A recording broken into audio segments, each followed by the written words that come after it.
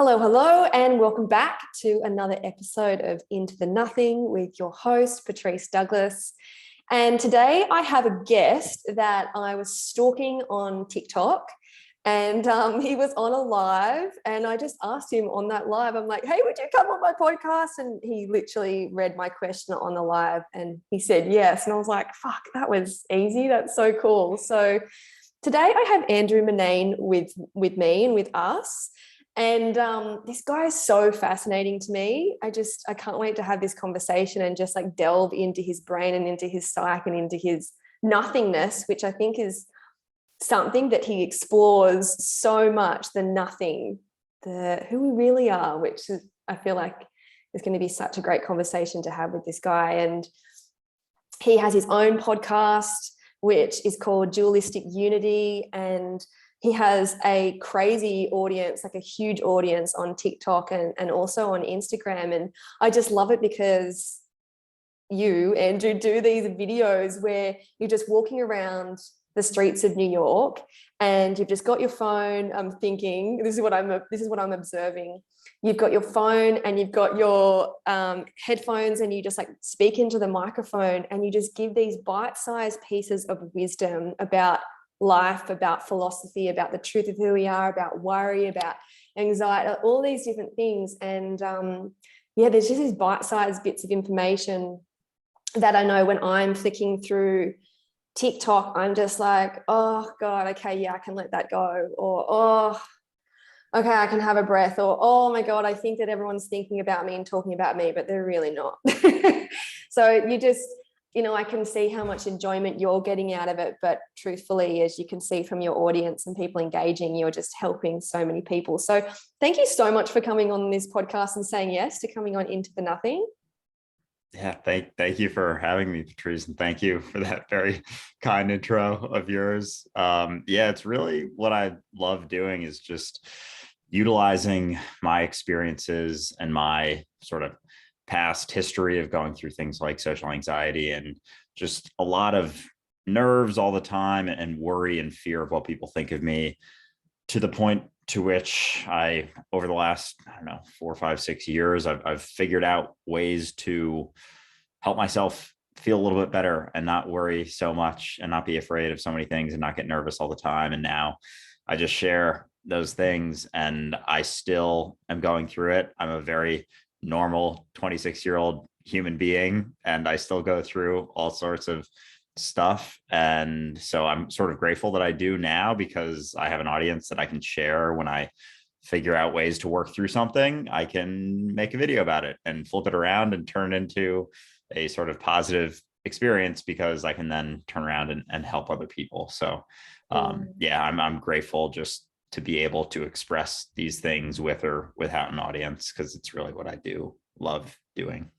Clearly, like it's so cool to watch. And I think also like the nature, particularly for TikTok is where I really discovered you, is just like, just so like bite-sized and you just explain things so simply. And I really love that you pointed that out, because it's even when we have all this awareness and these tools, we don't escape the humanness. Like you were saying, like it's not like you're now like fully healed and enlightened and just walking around and like, I don't ever get worried. I don't ever think about what people are thinking. It's like, no, I still do, but I just have tools and some awareness to support myself through that. So I can't believe you're 26. I'm like, holy shit. I'm like, I knew you were like, that's just so cool. And so I'd love to hear like a little bit about your story of whatever you want to share. Just dive into that a little bit more about like what you were experiencing and the start of the doors that started to open for you around like awareness, like books, or what was the gateway for you? Was there a teacher or was there some books or videos or something that started to just open up your world to see things differently and see things from a different perspective, and I guess not be so stuck or caught up in what was going on in your body and in your life, and just see a different reality? So wherever you want to take that. Yeah, absolutely. Yeah, I can run through a quick little backstory. I'll try and keep it concise to the best that I can, but I guess I'll just start early on. Growing up, I played a lot of sports, had a pretty typical suburban childhood growing up outside Minneapolis, about 20 minutes outside the city.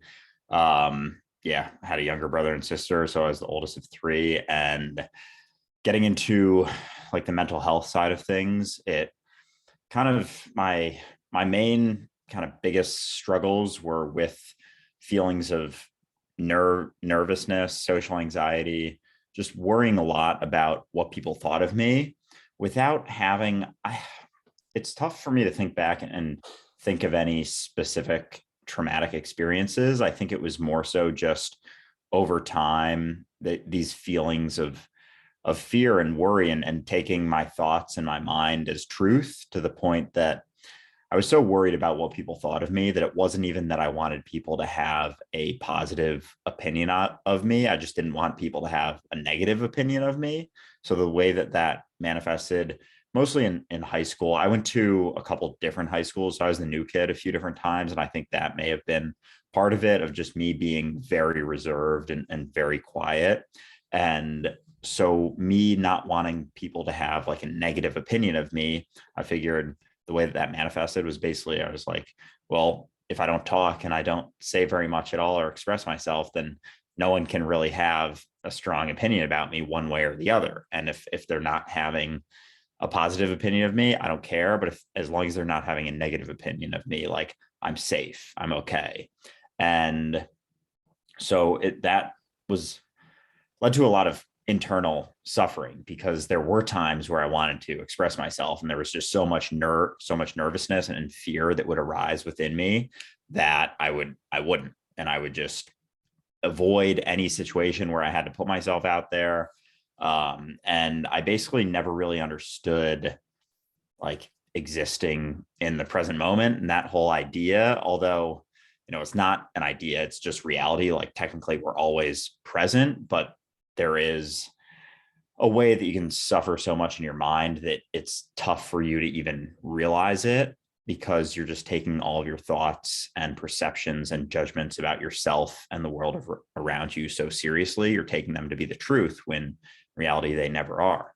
So that was sort of high school for the most part. Throughout college, it kind of naturally got better. And then it wasn't till towards the end of college, into my first year of work in New York. So that was about 4 years ago, 4.5 years ago, probably like end of senior year of high school or of college. I came across The Power of Now by Eckhart Tolle. That was the first sort of spiritual book that I ever read, and got into a lot of his stuff. I read The Subtle Art of Not Giving a Fuck by Mark Manson.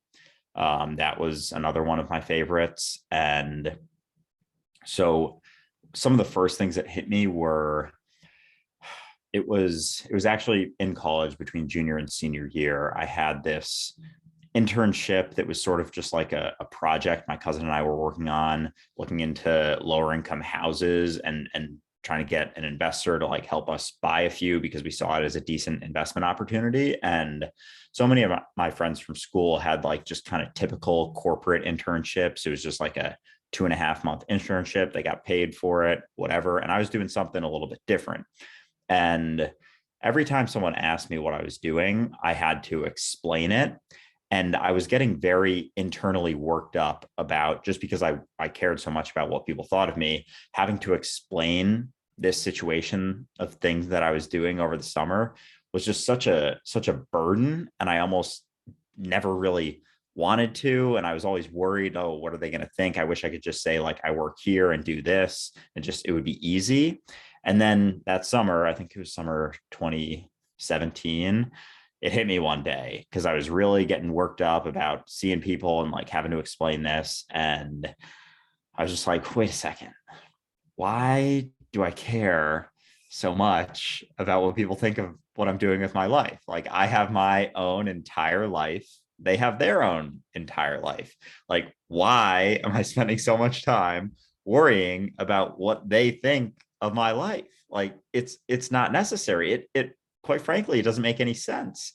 And after it hit me there, that was like one of the first big realizations I had about that. And then I started caring a lot less about what people thought. After that, I read The Subtle Art of Not Giving a Fuck by Mark Manson, and that kind of reaffirmed those feelings. And then, yeah, got into meditation after college, got into all the stuff I kind of talked about early on in my TikTok, especially. And then one of the last hurdles for like not caring what people thought about me was starting to create content. And that was something that I thought about doing for a while. Basically went through this exercise every morning where it's part of my morning meditation routine, where I would imagine being 100 years old essentially, and think about what I regret about my life. And every single morning for a year and a half approximately, the thing that I regretted about my life that I didn't do was create more content every single day. And I still didn't do it for a year and a half. And then finally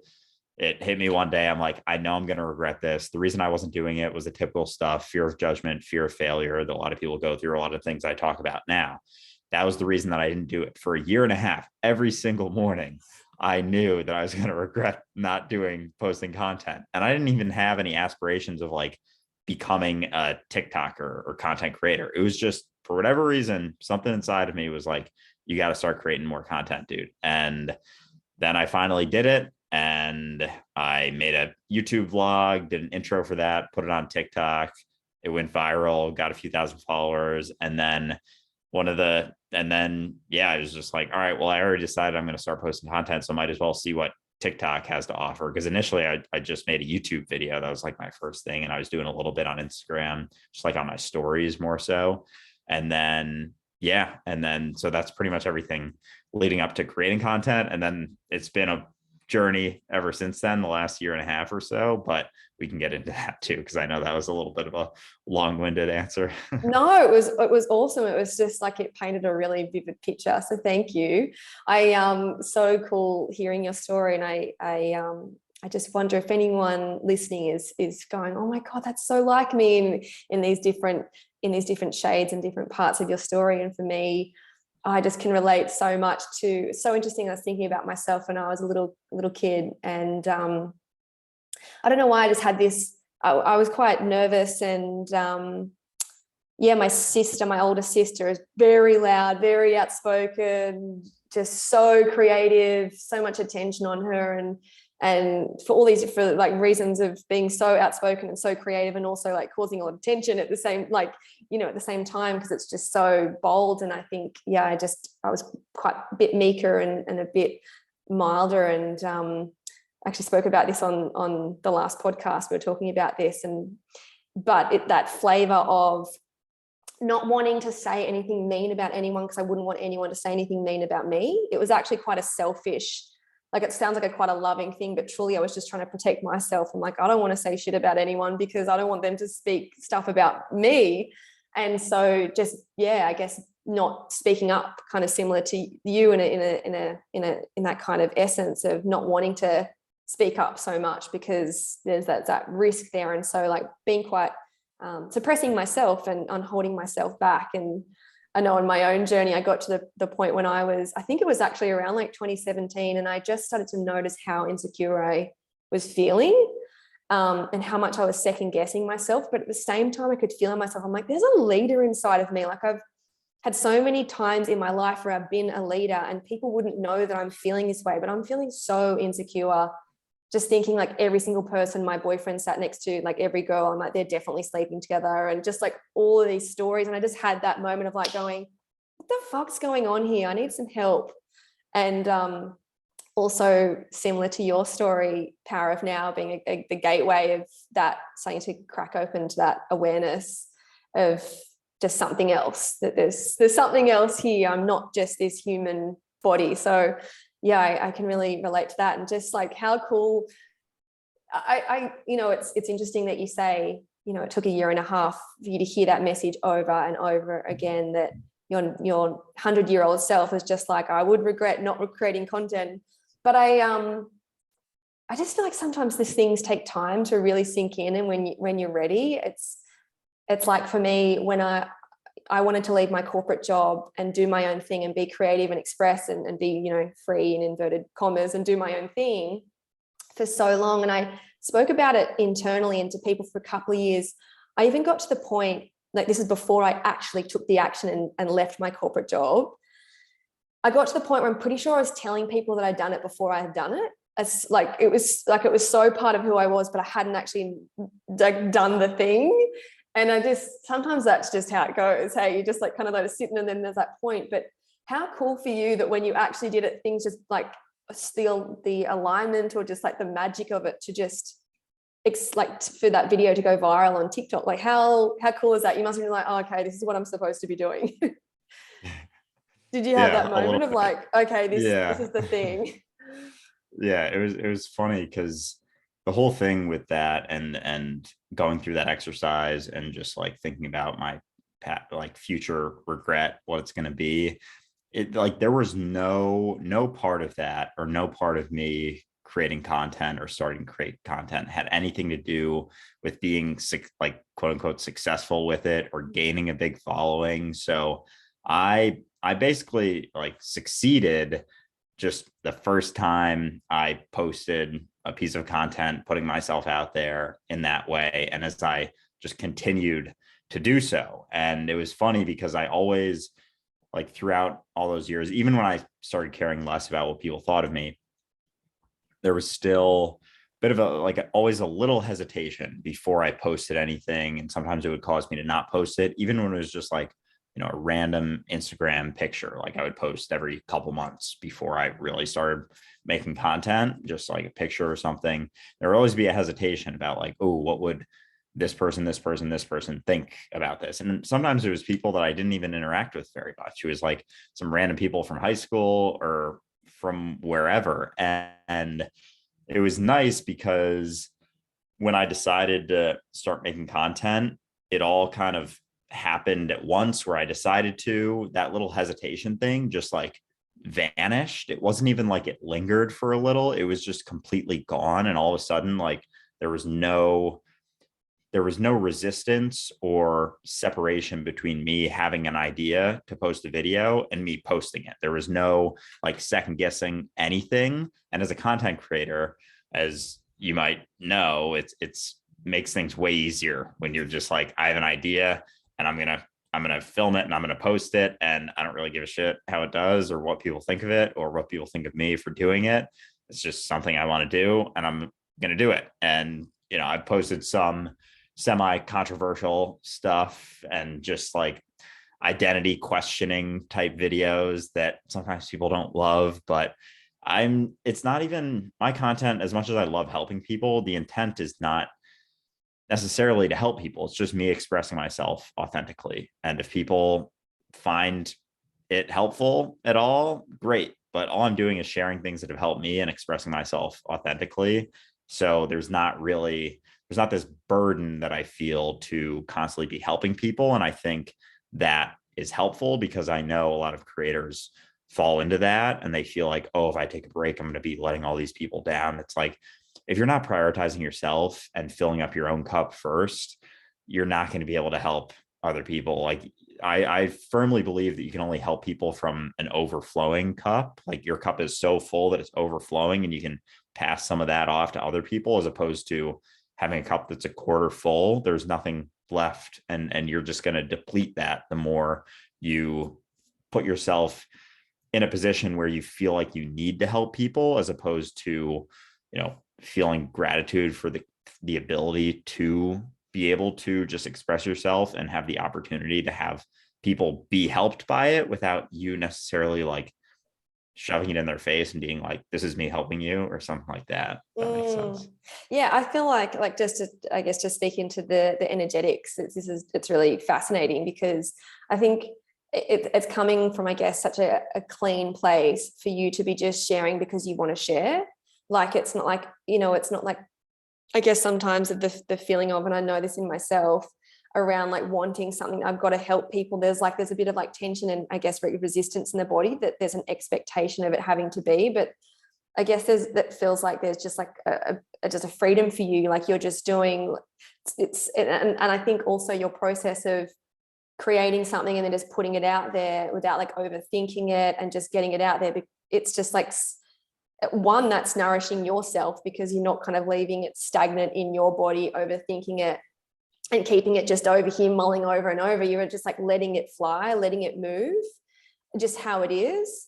And I think I think like the energetics of that, while we might not be conscious of it, the permission slip for so many others to do the same, and just like that you're just putting it out there as it comes. I was actually talking to a girlfriend about this morning, and she's just all about creativity, and she's just like, just to create for the sake of creating, like just get the thing out there, just do the painting, do the dance, or do this funny reel or whatever, and stop overthinking.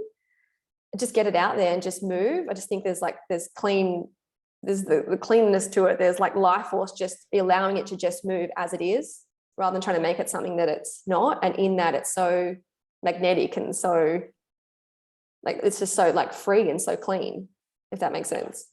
Yeah, absolutely. I think so many things that people struggle with can be solved by taking action, and maybe not necessarily completely solved, but at least can be improved, from feelings of social anxiety to feeling like you're lacking confidence. It's like when you have social anxiety, one of the best cures I've come across is putting yourself in situations that you're afraid of and realizing that they're not so scary.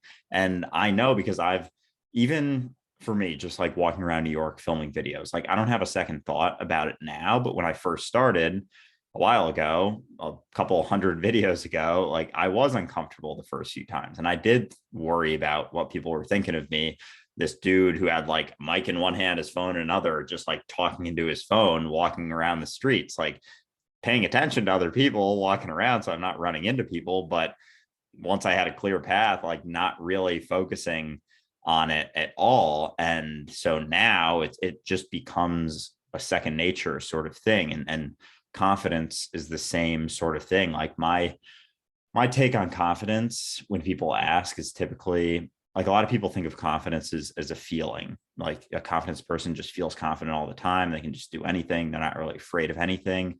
And my shtick is that confidence is not how you feel. It's about the actions that you take despite how you feel. So it doesn't matter how you feel. And I would even argue that someone who gets really nervous or is really afraid of something, but does it anyway, is more confident than someone who wasn't afraid or worried about it in the first place. And then I think of confidence almost like a building. So as you take those actions, no matter how you feel, you could be super insanely nervous, worried, afraid. But if you take that action, it's like a brick that you lay. And then as you take more actions, no matter how you feel, how worried, how nervous you are, you lay another brick, and you take another action, it's another brick. And then over time, this building of confidence gets bigger and bigger and bigger, to the point where you don't even have second thoughts. And all of a sudden, it's still actions that you take, but it's because you feel so confident. So initially, confidence starts more as an action. It has to, because if you're nervous all the time, you're not just going to feel confident by hoping that you feel confident. If anything, that's going to make it way more difficult. You just have to start taking action after action after action after action. And eventually you'll have just done so many things that you don't have second thoughts. So you're not even nervous anymore. It just doesn't even cross your mind that this is something you should be nervous about, because you've done it so many times. You're like, oh, this is just doing this again. Yeah, I've done this like 100 times, and I'll be good, because I've done it so many times, and I've done great in the past, and everything will be okay. Yeah, I really love that. And it's kind of back to your point before of when you were saying, it's kind of like what I was hearing in your process of creating is like, it's like the thought that you have for maybe a content idea, then you just film it and you put it out there. And how I love to think of confidence is like very similar to what you're saying, but like, I guess, a bit more to that from my perspective is like, when you have that nudge, like when you have that, like that feeling or that impulse to do something, not like rushing and like putting pressure on yourself to get it done, but just like to take the action as close to the nudge as possible, and just moving with it and getting it out there and letting it be imperfect and messy or whatever it is, and closing the gap of the space where you think of something or something comes to you and then you mull on it and sit it, because in that space so much doubt, so much like second guessing, so much overthinking can come into it. And that's where you kind of just get bogged down in that, rather than I've got the thought to call that person or create that video or buy that URL or whatever it is to start your business and your podcast or whatever. And then you just like take, as you said, like the bricks, or like take one little step at a time to just keep it moving in just whatever way it wants to happen with what you have right now, like the resources that you have.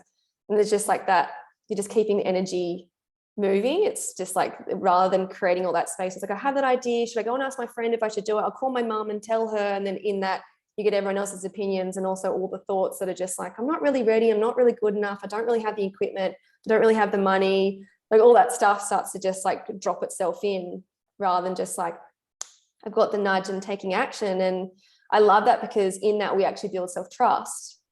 It's like the trust that we're looking from the world actually comes from the trust that we have with ourselves and within. It's always a reflection, I believe. So it's like, you can build trust with yourself when you hear the nudge and you take the action.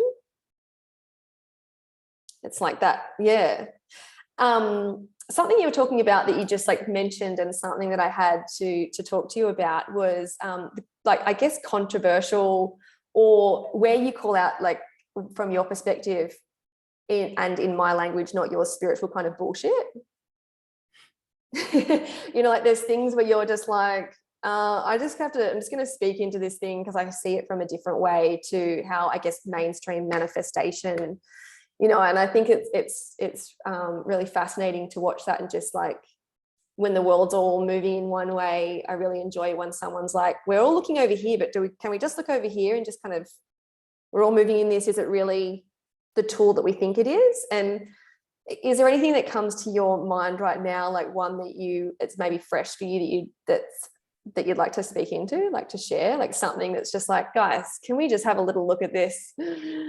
Yeah, absolutely. So my perspective on manifestation has changed a lot recently, and I have to thank Ray, who I co-host Dualistic Unity with, because he kind of opened my eyes to this. And once I heard his take, it just made so much more sense, because I got a little bit caught up in the manifestation. Like, I don't know if you've seen The Secret before, or any kind of like mainstream manifestation where you write down like something as if you already have it, and you just like feel grateful for it now. So then inevitably you'll like sort of get it. And so one of the first conversations I had with him, I was like talking about manifestation and asking him about manifestation. I was like, yeah, well, what's wrong with, me writing down, I'm so grateful that I have $1 million in my bank account or something? And he's like, well, do you have $1 million in your bank account? And I was like, no. He was like, so you're kind of lying to yourself, right? And I was like, yeah, but like, I feel like I do. And he's like, yeah, but you don't. And the thing that hit me the hardest when it came to manifestation, because a lot of people will argue like, there's nothing wrong with wanting.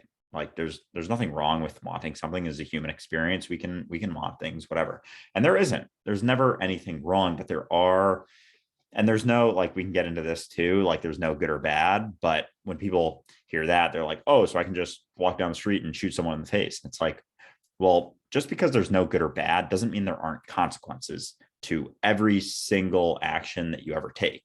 So you have to weigh those consequences. While good and bad are just subjective opinions that we have based on typically how comfortable or uncomfortable something makes us feel in the moment, there are no objective good or bad. But we can get into that. Going back to what I was saying about manifestation, is the point that really hit home for me was that you can't want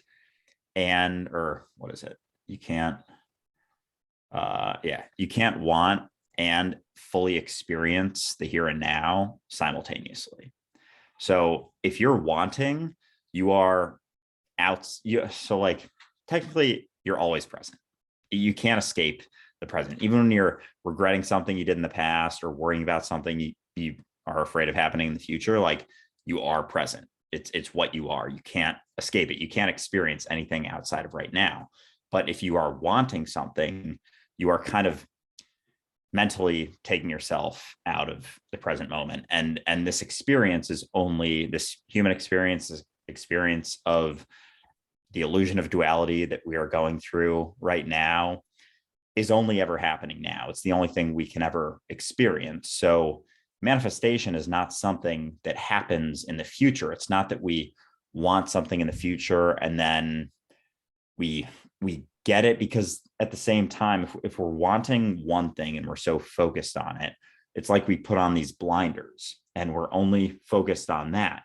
Whereas it's such an egoic perspective to think that we know what's best for us. So like we think getting this thing is what's best for us. But what if there's something else that life is kind of pushing us towards, because we're so focused on manifesting this one thing? It's like we have these blinders on. We can't see that other thing that's like the best case scenario over here, because we're so focused on that we have like build up this tunnel vision.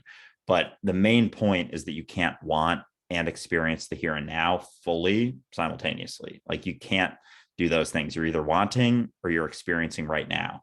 And experiencing right now is the most, I don't know, I don't like using words like important or something you need to do or the best thing to do, but in reality, it's all you can ever do. It's the only thing we can ever do. So even if you're wanting something in the future, once you get it, you're manifesting as you're wanting this mentality of wanting, because manifesting is something that happens now.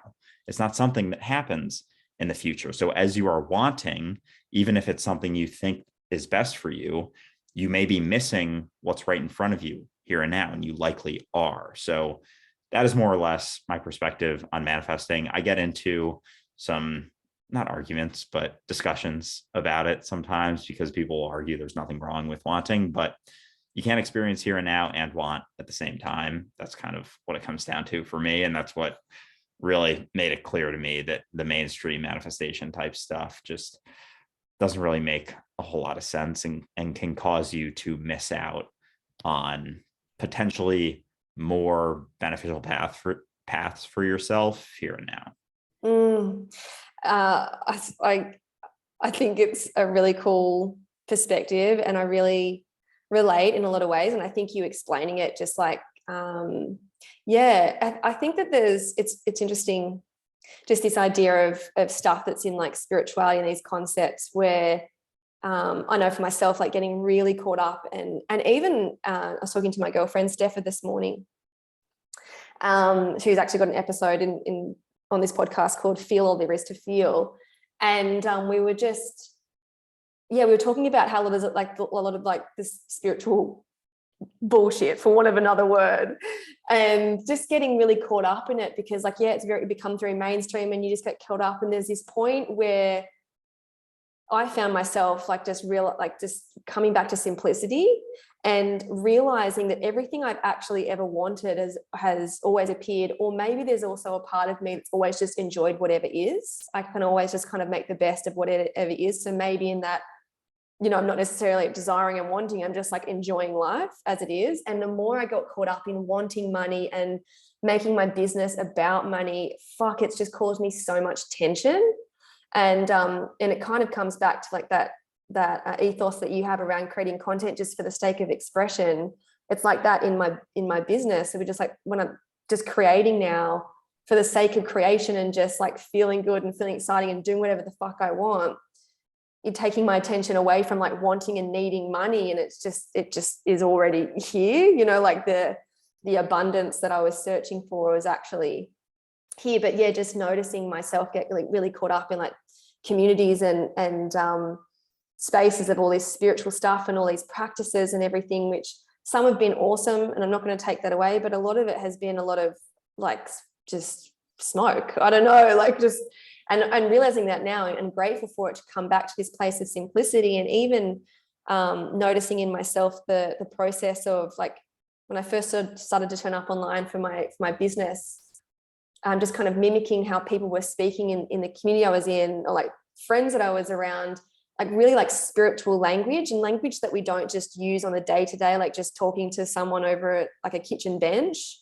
over a cup of tea, like, and speaking with these certain words, and how it's so unrelatable. And again, just like stripping it back to simplicity of just like, now what's here present, like in this conversation with you right now, Andrew, and for anyone who's listening, like there's no plan to these conversations called Into the Nothing, because I like to just let go and see what wants to be said. And so it's just like very real. Like I did write one little question in front of me around like I wanted to talk to Andrew about like the spiritual bullshit stuff. But apart from that, it's just when that wanted to be addressed in this conversation, I trusted. I didn't try and force it at any point. So it's just like trusting the moment, trusting what's here right now, and the simplicity of that, and just allowing it to be. I'm not trying to be someone that I'm not. And I know that you, like, authentic is a word that's thrown around a lot, like be your authentic self, but then to actually be that is so refreshing, and it's so simple. Like it's the simplest version of yourself in a sense.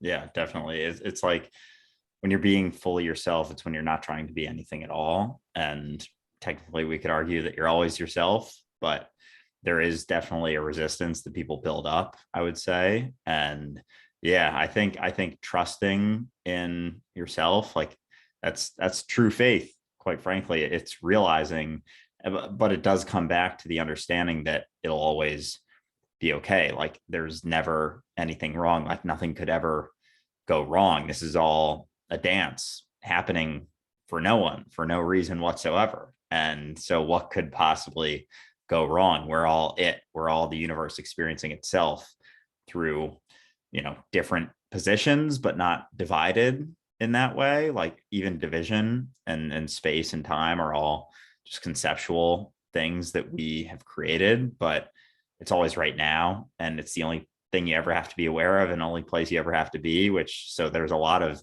beauty in the simplicity of things. And I'll get caught up as well in the conceptual, and I'll be walking around and try and like remember a concept about something. And then I'll just be like, oh yeah, it's just right now. That's it. Like, that's the only place I ever have to be. Like I'm on this walk and I'm just aware of what is here and now, and that's it. And there's a lot of beauty in that. And yeah, when it comes to the preparation, like that's something that me and Ray resonate with a lot on Dualistic Unity. Like we never prepare anything, even for we've done 2 workshops, one on manifestation, kind of like the theme I was just talking about, kind of redefining manifestation and the understanding of that. And then we did a social anxiety workshop. And even for those, we didn't prepare at all. We both just showed up and we were like, all right, we got a topic. We're going to talk about this for 2 hours. And all of a sudden 2 hours went by and there was no pause in conversation. Like things came to us as we were talking. And I think when you allow those things to be and sort of get your idea of yourself out of the way, things just run so much more smoothly when you're not thinking about yourself the whole time. And I found that a few years ago, I sort of began more fully experiencing that through conversations when I was really focused on just being in the conversation as opposed to thinking about how I was doing in the conversation or what does this person think of me in the conversation, which takes you out. And all of a sudden, half your attention, if not more, is on your idea of yourself and how people are perceiving it versus being fully involved and immersed in the conversation. And when you're fully immersed in the conversation, things just sort of flow. And that's more or less like flow state. And I have this concept and I've been kind of mulling over it, not actively, but just allowing it to sort of sit in my mind for a few weeks, this idea of fear versus flow spectrum. Whereas fear is like full idea of self, like you have a very strong idea of yourself, so you're very afraid of things happening to this idea of yourself, which is always an illusion, it's always a fiction. And then on the other side is flow, or like flow state, which a lot of people talk about all the time. It's kind of like a buzzword these days, but I think of flow state as no self, like lack of self, completely separate from that which you are doing. So like the idea of, I made a video about this a little while ago, and Alan Watts actually talks about this a lot, like the redefining of action verbs. So right now I am speaking. So like, I'm not Andrew speaking, I am speaking. Like I am the act of speaking right now. So there's no division between me and speaking. Speaking can't happen without me. Like right now I am sitting. I am the act of sitting. Sitting can't happen without me. So it's not that I'm Andrew separate from the act. It's just I am these things. You are that which you are doing right now. And speaking and sitting are both things that I'm doing here and now. So when you sort of redefine yourself as that which you are doing, it's always happening now, right in front of you. And you kind of more clearly see that you are just right now. That's it. There's no concepts or ideas involved in that. You were just that which you were doing every single moment, all the time. It just leads perfectly into being nothing. Like into Exactly. the nothing. It's like it's yeah, I have this practice that I do every morning where I take myself back to nothing, as in like no feeling, no thought, no expectation. And when I do that, what does my pen want to write? And what's come through has just been, I've been doing it for a couple of years, but I've decided that the stuff that I've written over the last few months, because it's come from a really, really clean nothing place. Like I've kind of like I've got a bit of mastery around this nothing place. Like and then I guess I'm, to your point that you were just making, I'm being the nothing of writing. Like I am writing rather than Patrice, like the act of, which is so fascinating. And thinking again about how you create content, it's like I've always done this exercise over the past few years, not with the intention of anyone seeing it or writing a book or anything, but what's happened over the last few months is that they're like bite-sized chunks of wisdom that have just blown my fucking mind when I read them back, because it's not me. It's like, and yet it is me. And it's this book that I've like just so effortlessly, without any realizing it, I've got 10,000 words just like that for this book. And just coming from that place of nothing, of just like clearing who I think I am, not really realizing I was doing that, and just letting whatever wanted to happen, like being in the moment. And just the profound wisdom that has come through, it's so much juice for me to read. And I just, yeah, just hearing you speak about that is so, it's so fun to come from that place. I actually thought I was accessing that place because I'm really lazy. Like I don't want to think and plan for things. Like I just actually, like, I think there's an element of me, I just want things to be so simple. Like whatever wants to be said in the moment, I just want to say it. I don't want to have to think. And I'm like, it's kind of working in my favor. And so that's like one aspect of this concept of into the nothing. But I'd love for you to share, when you hear the words into the nothing or nothing, like what does that represent to you? It's what we are.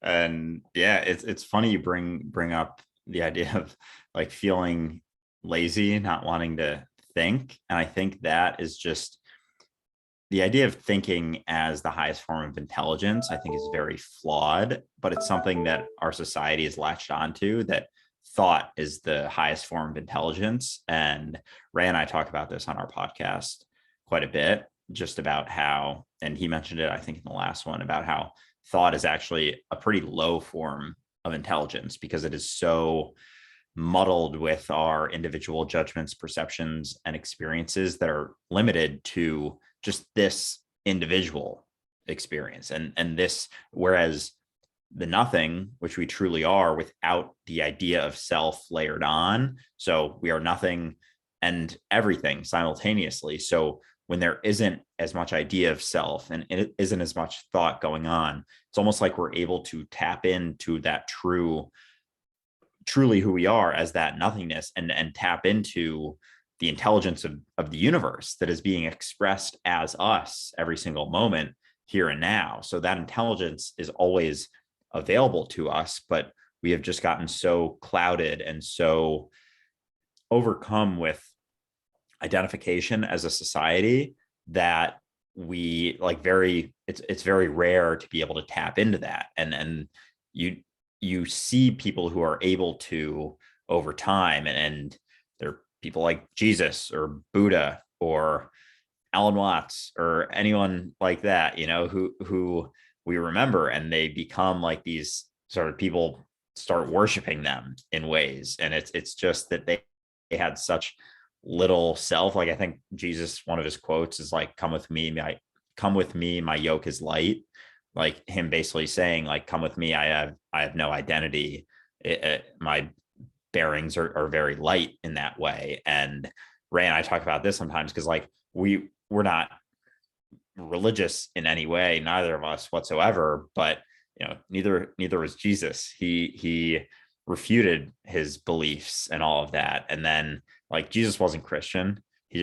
All these people started following him and called themselves Christian. So even something with that, tapping into that idea of having very little identity, even the story of him walking on water, like at first I was like, oh, that's just a bunch of bullshit. But when you really understand the potential of things that are able to happen here and now without so much identity and belief and judgment and perception, like kind of weighing you down in that way, it almost makes you curious if it could have happened. And one of his disciples, when he was out on the water, started walking and took a few steps. Like he called him over, and then he fell, and Jesus was like, what little faith you have.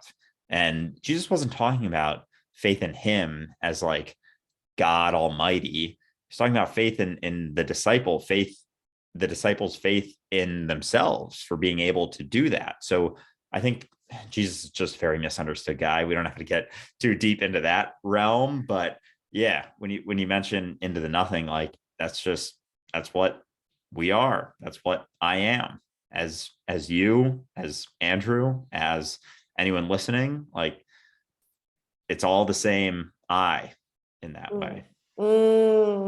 Yeah, I always get these words that come through where it's like I am, you are, we are, you and me. Like it's just all this concept of no separation. But thank you so much for that.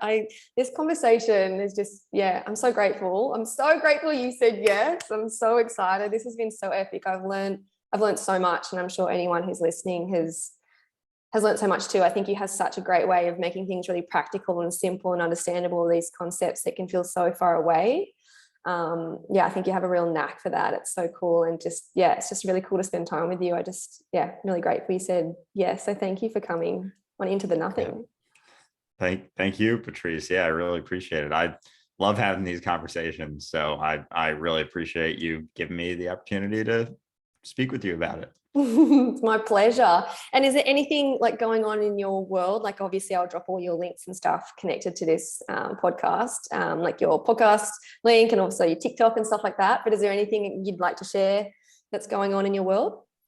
Yeah, I appreciate it. Yeah, the main thing, I've mentioned it a couple of times, but my podcast, Dualistic Unity, it's sort of becoming a project along with it. Like we have a Discord and a Patreon where we offer like 3 monthly live group chats. We have like my ebook, Ray's ebook, merch, all sorts of stuff on there. So we're trying to build up that community a little bit because we both still have full-time jobs, and we sort of see that as a way, if we, build up enough of a community there, as a way to sort of begin making that shift, to just being able to have conversations like this all the time. So I'm very excited about that and just where it's going and whatnot. But yeah, I love having these conversations. I love making content, and I look forward to just being able to continue to do it. And yeah, that's pretty much all I got. How about yourself? Is your podcast, is this your main sort of way of content? Do you post on other platforms and whatnot? This is like it's a year old, this podcast, a couple of weeks ago. And it's a key part of what I do. I just love it. It's such a body of work for me. Like I don't just have anyone on it. Do you know what I mean? Like I really want each episode to be something that I've really chosen and really meaningful, and just when I really like trust the lightning bolt in my body to ask someone. And when people reach out to be on it all the time, and it if what feels true for me is whatever feels true for me, I just am really proud of it. So this is a key part of what I do, but also I'm a coach for women, just to feel centered and calm and just trust themselves. And I run a group. I'm actually launching a group program at the moment called Bang On Energy. Like, when you best bang on in life, you're just like, I'm on this. I'm like, I know what I'm doing. I'm clear. I'm moving forward. So that's a really fun project. But that's kind of what I'm focusing on. And just, it's just all really fun stuff now, which feels really good. And that's my vibe. That's what I'm doing.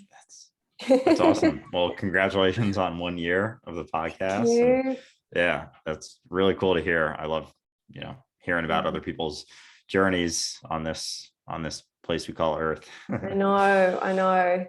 So yeah, thanks, Andrew, and thank you for everyone who has listened. And, you know, if you're enjoying this conversation, go and check out Andrew's podcast. I actually haven't listened, but now I'm like, I got to go there.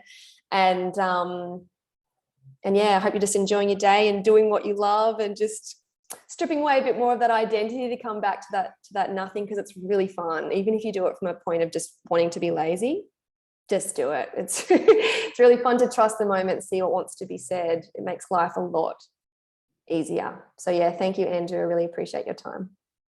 Absolutely. Yes. Thank you, Patrice.